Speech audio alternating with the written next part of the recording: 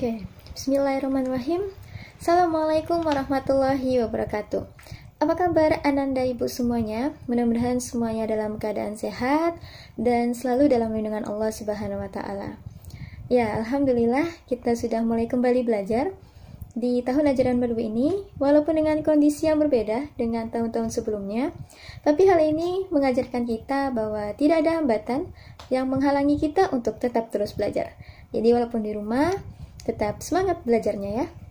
Dan untuk Ananda, gunakan waktu Ananda sebaik-baiknya, apalagi pada masa kondisi seperti ini, yang mana Ananda punya waktu yang lebih lapang. Dan gunakan waktu luang dengan mengisi hal-hal yang positif, ataupun hal-hal yang bermanfaat, atau gunakan kesempatan ini untuk mengembangkan diri dan bakat Ananda. Jadi jangan sampai nih kita termasuk golongan orang-orang yang merugi, karena melalaikan waktu luang kita. Oke, untuk selanjutnya juga, walaupun di rumah, Ananda tetap jaga kesehatan dan tetap ikuti protokol kesehatan yang ada. Ya, mudah-mudahan kondisi kita semakin membaik dan memungkinkan kita untuk kembali lagi bersekolah. Oke, untuk hari ini, ya sesuai dengan jadwal, Ananda masuk pelajaran matematika bersama Ibu tentunya, yang Bu Yeyen. Insya Allah Ibu akan membersamai Ananda, membimbing Ananda, mengajar Ananda dalam bidang studi matematika. Nah, untuk pembelajaran hari ini, ya, Ibu hanya memberikan gambaran umum mengenai materi apa yang akan kita pelajari ke depannya. Oke, sebelum masuk ke dalam apa yang ingin Ibu sampaikan, nah, di sini Ibu mau menyamakan pandangan kita dulu mengenai konsep dari belajar matematika. Nah, mungkin selama ini Ananda mengetahui bahwa belajar matematika itu hanya sekedar hitung-menghitung, pastinya. Ya, padahal bukan. Nah, konsep dari belajar matematika itu adalah bagaimana cara kita belajar untuk bernalar. Bagaimana kita belajar untuk berpikir kritis, untuk menyelesaikan suatu masalah. Nah, hal ini pastinya akan sangat bermanfaat buat Ananda dalam kehidupan sehari-hari. Jadi, di matematika nih kita berlatih bagaimana caranya bernalar, bagaimana caranya berpikir kritis, bagaimana caranya memecahkan masalah. Nah, hal ini pastinya akan bermanfaat buat Ananda dalam kehidupan Ananda sehari-hari. Jadi terbiasa nih, kalau misalnya Ananda menghadapi suatu masalah, Ananda akan terbiasa untuk berpikir kritis, bagaimana sih cara menyelesaikan masalah ini, sampai bakal ketemu solusinya. Nah, jadi itulah konsep dari belajar matematika. Jadi untuk kedepannya jadi lebih enak, jadi Ananda pun lebih semangat untuk belajar matematikanya. Oke, kita lanjut saja. Ya, untuk belajar, tentunya kita memerlukan buku, bukan? Nah, buku yang Ibu gunakan di sini adalah buku Erlangga dengan penulis M. Kholik Adinawan. Ya, jadi buku ini masih sama kita gunakan dengan kakak tingkatnya, kakak kelasnya. Jadi, ini adalah buku pokok kita. Kita menggunakan buku Erlangga. Dan yang di buku di bawah ini adalah buku dari kementerian, yang mana ini adalah buku tambahan atau buku pendamping yang bisa Ananda gunakan selain dari buku pokok kita. Nah, buku ini ada dalam bentuk file yang nantinya akan Ibu kirim file tersebut di grup WA dan Ananda bisa download dan bisa membaca buku tersebut. Oke, untuk selanjutnya kita harus ada punya LKS. Jadi LKS ini menjadi acuan kita, menjadi tempat untuk latihan soal-soal. Oke, bisa ya? Nah, untuk materi, apa aja sih Bu materi yang akan kita pelajari? Nah, untuk materi yang akan kita pelajari dalam satu semester ini, itu ada 4 materi pokok. Yang pertama itu adalah bilangan berpangkat dan akar bilangan. Nah, waktu SD, mungkin Ananda sudah belajar mengenai bilangan berpangkat. Bilangan berpangkat yang sederhana mungkin, misalnya seperti 2 pangkat 3 ataupun 4 pangkat 2. Jadi yang sudah Ananda pelajari di sini adalah bilangan berpangkat 2 dan 3 dan mungkin yang seperti 4 atau 5. Nah, apa bedanya dengan SMP? Di SMP ini kita akan melihat bilangan berpangkat ini secara luas untuk bagaimana sifat-sifatnya dan bagaimana bentuk-bentuknya. Oke, untuk yang materi pokok kedua kita punya persamaan kuadrat. Jadi kalau misalnya di kelas 8 kita sudah belajar mengenai persamaan linear, masih ingat persamaan linear? Persamaan linear itu persamaan garis lurus. Nah, gitu ya, persamaan garis lurus. Nah, sekarang di sini kita akan melihat kalau persamaan kuadrat itu bagaimana? Dan bagaimana kita menggambarnya, bagaimana karakteristiknya. Yang mana untuk persamaan kuadrat itu nanti akan ada hubungannya dengan fungsi kuadrat. Dan yang terakhir materi kita adalah transformasi.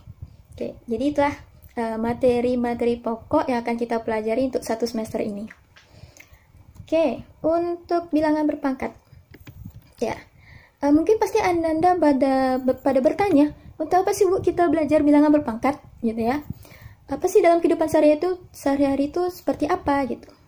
Oke, untuk bilangan berpangkat sendiri, itu banyak manfaatnya. Salah satu yang bisa Ibu berikan di sini, ini salah satu nih ya, itu adalah kita bisa menyederhanakan bentuk dari suatu ukuran benda. Misalnya nih, seperti yang Ibu tampilkan di sini, itu mengenai jarak antar planet dan ukuran bakteri.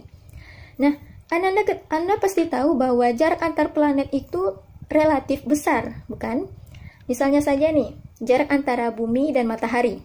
Nah, jarak antara bumi dan matahari itu sekitar 150 juta kilometer. Nah, di bilangan berpangkat, nah di sini nih peran bilangan berpangkat yaitu untuk menyederhanakan ukuran dari bilangan ini. Nah, bentuk yang sederhana dari bilangan berpangkat itu bisa kita nyatakan sebagai seperti ini, 1,5 kali 10 pangkat 8. Nah, jadi yang inilah yang merupakan dari bilangan berpangkat. Jadi dari yang ukurannya banyak tadi nih angka-angkanya, jadi bisa kita kecilkan.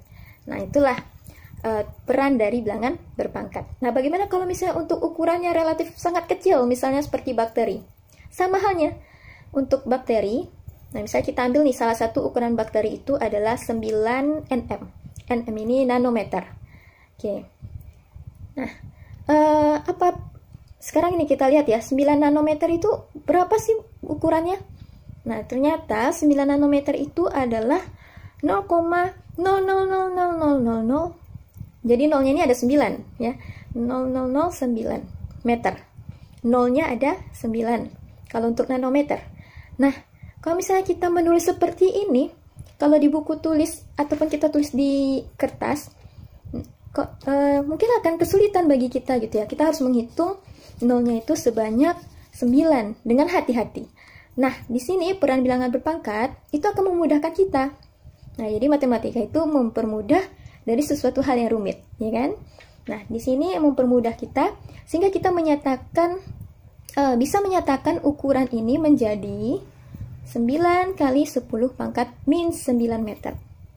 Nah, jadi nanti akan Ibu jelaskan dari mana dapatnya 10 pangkat min 9 ataupun 10 pangkat 8. Jadi ini adalah salah satu contoh dari bilangan berpangkat. Oke.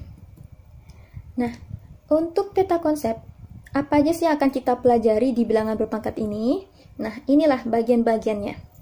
Yang pertama, yaitu bilangan berpangkat itu sendiri. Kira-kira apa sih konsep dari bilangan berpangkat? Apa sih maknanya? Apa sih artinya? Jadi seperti itu. Nah, kemudian kita belajar mengenai perkalian pada perpangkatan. Nah, bentuk umumnya seperti ini ya. A pangkat M kali A pangkat N. Nanti sifatnya seperti apa? Bentuknya seperti apa? Begitu juga dengan pembagian pangkat 0, pangkat negatif, dan notasi ilmiah. Nah, jadi yang 10 pangkat N tadi, 10 yang contoh di awal tadi, seperti ini, 10 pangkat 8, 10 pangkat min 9, itu disebut sebagai notasi ilmiah. Nah, itu untuk gambaran umum materi di bab 1. Nah, tujuan pembelajaran dari bab 1 ini, ya, seperti yang Ananda bisa lihat, Ananda di sini harus mempunyai kemampuan mengidentifikasi, mendeskripsi, menjelaskan sifat bentuk pangkat. Nah, seperti yang Ibu katakan tadi bahwa bilangan berpangkat itu memiliki sifat. Dan di sini kita akan mencoba menjelaskan, mendeskripsikan apa saja sifat-sifat dari bilangan berpangkat. Oke, yang selanjutnya juga tujuan dari kita belajar bilangan berpangkat dan akar bilangan, yaitu kita mencoba untuk menyelesaikan permasalahan nyata. Nah, jadi ini dia, kita mencoba untuk menyelesaikan permasalahan nyata yang terkait dengan perpangkatan dan bentuk akar. Dan terakhir, kita menggunakan notasi ilmiah. Nah, seperti yang tadi, untuk bilangan yang sangat besar dan sangat kecil. Nah, ini adalah gambaran umum mengenai pembelajaran kita untuk bab pertama ini, untuk minggu-minggu ke depannya. Nah, jadi itu saja materi untuk hari ini, ya, pengantar dari Ibu untuk materi selanjutnya yang insya Allah akan Ibu jelaskan. Kita masuk ke materi intinya. Nah, tapi sebelum itu, ini ada tugas pengantar, atau bisa Ibu katakan ini tugasnya ringan buat anak-anak Ibu. Yang mana tugas ini berkaitan dengan materi kita selanjutnya mengenai perpangkatan. Nah, apa aja tugasnya Ibu? Tugasnya hanya satu, Ananda hanya perlu memperhatikan langkah-langkah yang Ibu nyatakan di slide. Oke, yang pertama, Ananda siapkan kertas, ya, dan juga gunting kertas. Yang kemudian kertas ini Ananda lipat menjadi dua bagian sama besar, ya, pada sumbu simetri. Ananda pasti tahu nih sumbu simetri lipat, ya kan? Sumbu simetri lipat itu adalah sumbu yang menjadikan ataupun membagi dua bagian sama menjadi sama besar, ya, membagi dua bagian menjadi sama besar. Nah, kemudian pada sumbu simetri lipat ini Ananda gunting. Nah, kalau misalnya Ananda gunting ini, maka Ananda akan memperoleh dua bagian kertas. Yang kemudian dua bagian kertas ini kita tumpuk lagi dan lakukan langkah 3 sampai 5 secara berulang. Nah, ini kita lipat lagi, kemudian gunting lagi. Nah, begitu seterusnya. Dan kemudian setelah Ananda lakukan hal ini, isi tabelnya. Nah, jadi ini ada tabel pengguntingan pertama berapa kertas yang diperoleh, pengguntingan kedua berapa kertas yang diperoleh, dan seterusnya. Nah, setelah Ananda memperoleh data-data itu, kemudian Ananda amati pada kolom banyak kertas. Ananda lihat bagaimana pola dari data yang Ananda peroleh di kolom banyak kertas.